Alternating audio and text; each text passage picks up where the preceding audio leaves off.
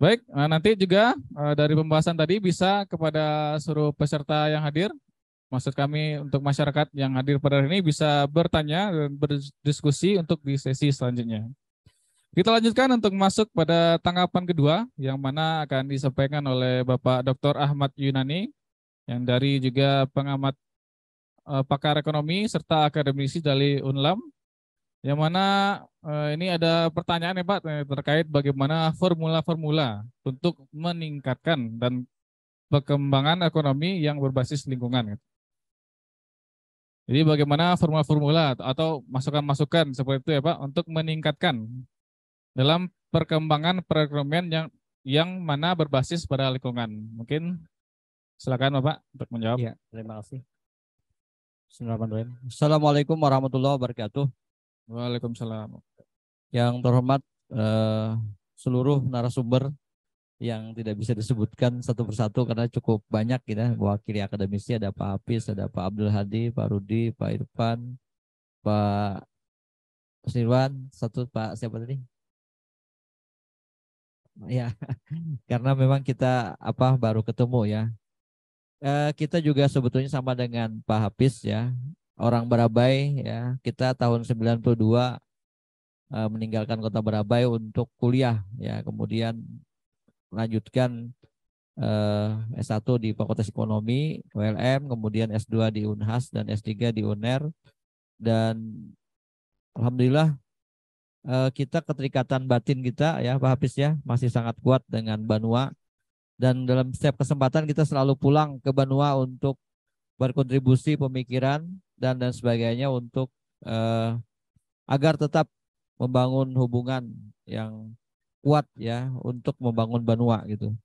Nah, jadi tadi pertanyaan yang cukup menarik sebetulnya dan juga penjelasan Pak Hafiz yang luar biasa terkait dengan potensi hutan kita mengenai kedaulatan ekonomi ya, dalam hal kaitannya dengan lingkungan dan apa saja yang bisa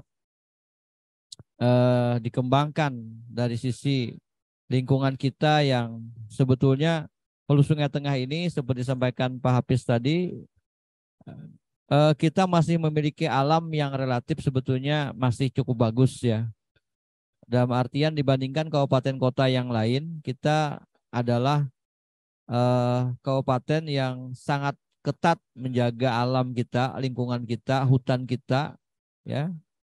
Kemudian gunung kita agar tetap hijau gitu. Hanya saja memang terakhir kita terganggu pada saat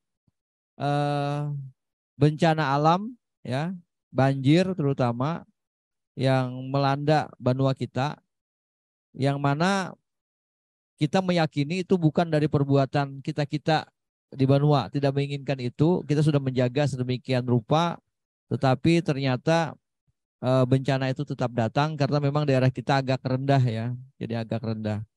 Nah, oleh karena itu sebetulnya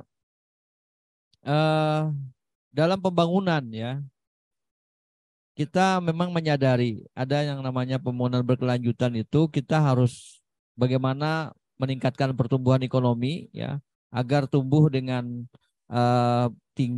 cukup tinggi, kemudian bisa meningkatkan kesejahteraan masyarakat dengan potensi sumber daya yang ada di Banua kita ya.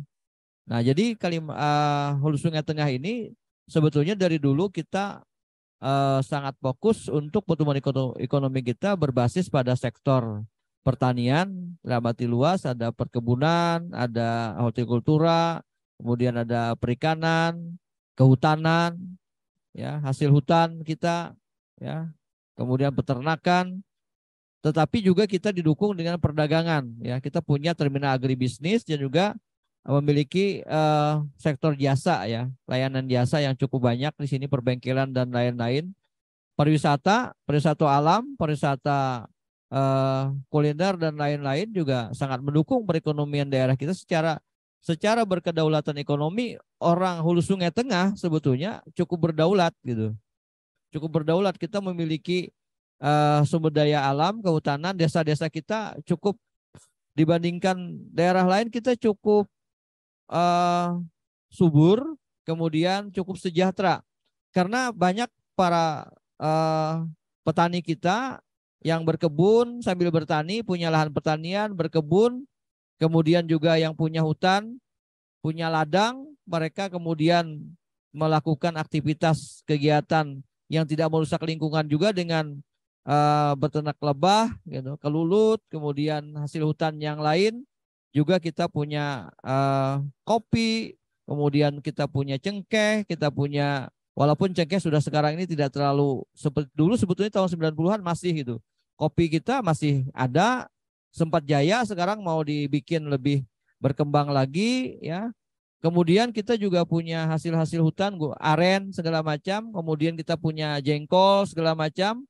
Ya, jadi itu hasil-hasil hutan yang tanaman hutan yang diambil oleh masyarakat ya, secara kedaulatan ekonomi, tidak merusak hutan ya. Kita menebang hutan sesuai kebutuhan ya. Berladang juga sesuai kebutuhan. Tadi sampaikan Pak ini meramu, kemudian kita berladang segala macam. Itu masih budaya yang dijaga masyarakat. Masyarakat bawah itu juga sama menjaga lingkungan.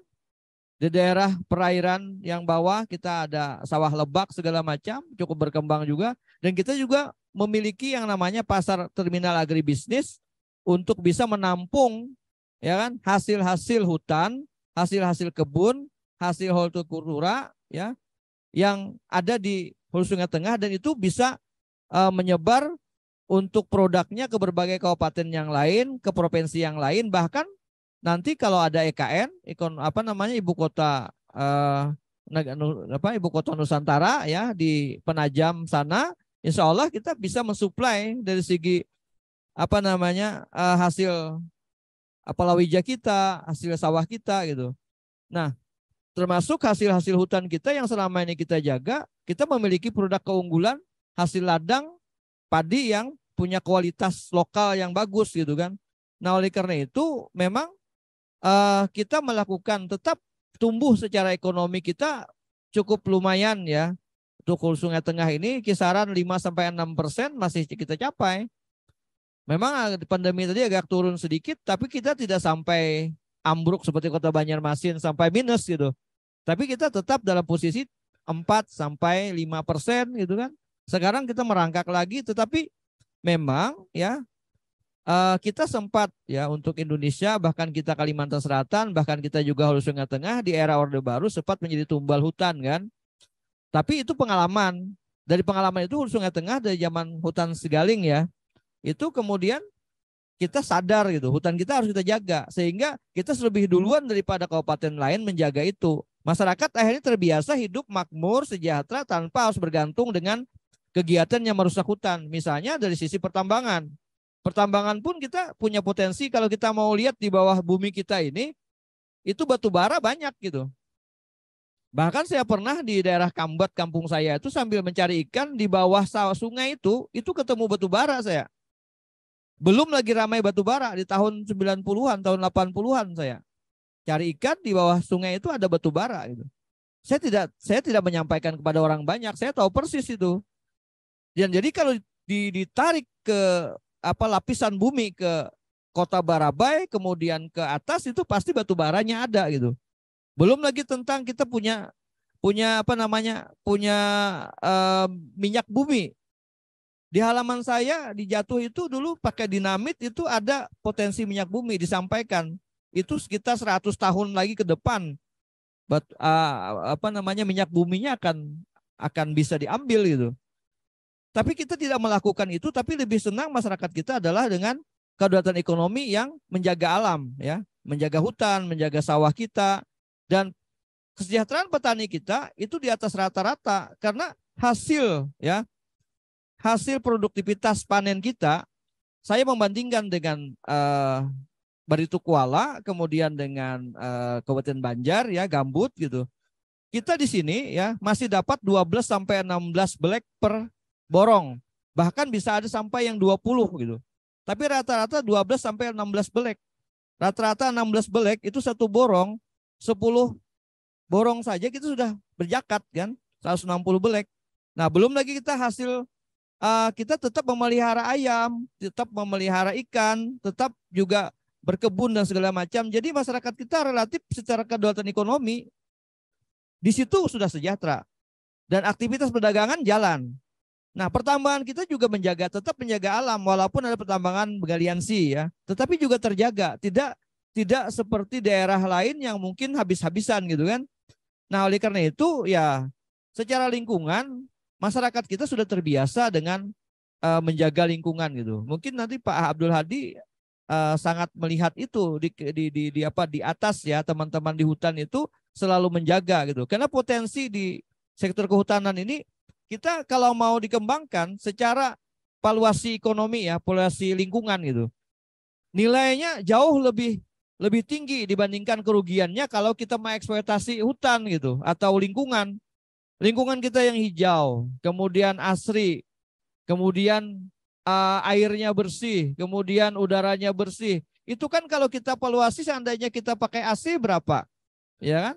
Nah, kalau kita memakai PDAM berapa? Masyarakat kita di atas itu tidak perlu pakai PDAM, sudah bersih airnya gitu.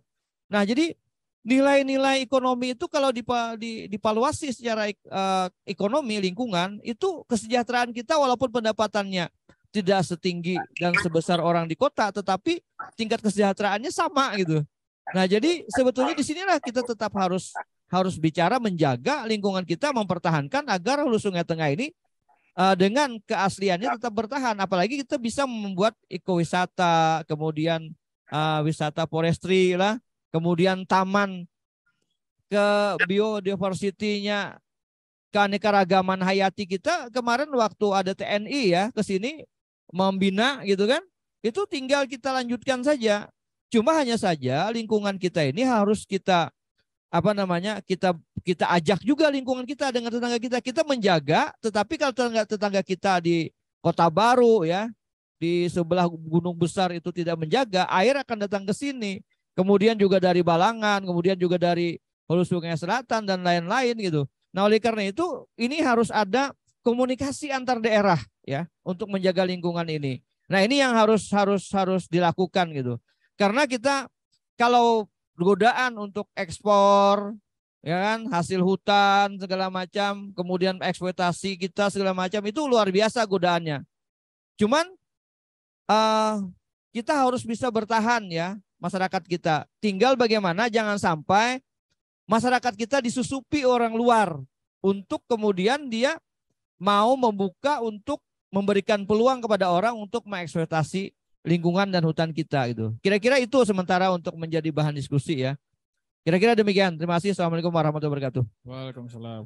Terima kasih kepada Bapak Dr. Ahmad Yunani tadi yang sudah menyampaikan tanggapannya. Jadi yang mungkin bisa kita tangkap itu sebenarnya untuk masyarakat di Hulu Sungai Tengah sudah berdaulat ya Pak secara ekonomi dari hasil lahan yang tidak merusak alam gitu. Jadi sudah mempertahankan keasrian alam dan juga sumber daya alamnya, tidak mengeksploitasi alam secara barbar, secara menghancurkan alam gitu. Tapi dengan pengolahan alam yang tradisional serta menjaga alam tetap asri dan juga meningkatkan potensi alam yang ada gitu. Dan bersenyawa dengan alam seperti itu mungkin ya Pak. Mungkin tadi juga ada yang digarisbawahi mungkin beberapa faktor yang membuat adanya bencana alam, adanya banjir sebenarnya dari tetangga-tetangga di Hulu Sungai Tengah sendiri ya Pak, bukan dari hulu Sungai Tengahnya sendiri gitu. Jadi memang ada lingkaran di Hulu Sungai Tengah ini yang membuat adanya suatu gangguan alam gitu yang menimpa Hulu Sungai Tengah ini. Baik, mungkin itu tanggapan dari Bapak Dr. Ahmad Yunani. Kita lanjutkan untuk tanggapan selanjutnya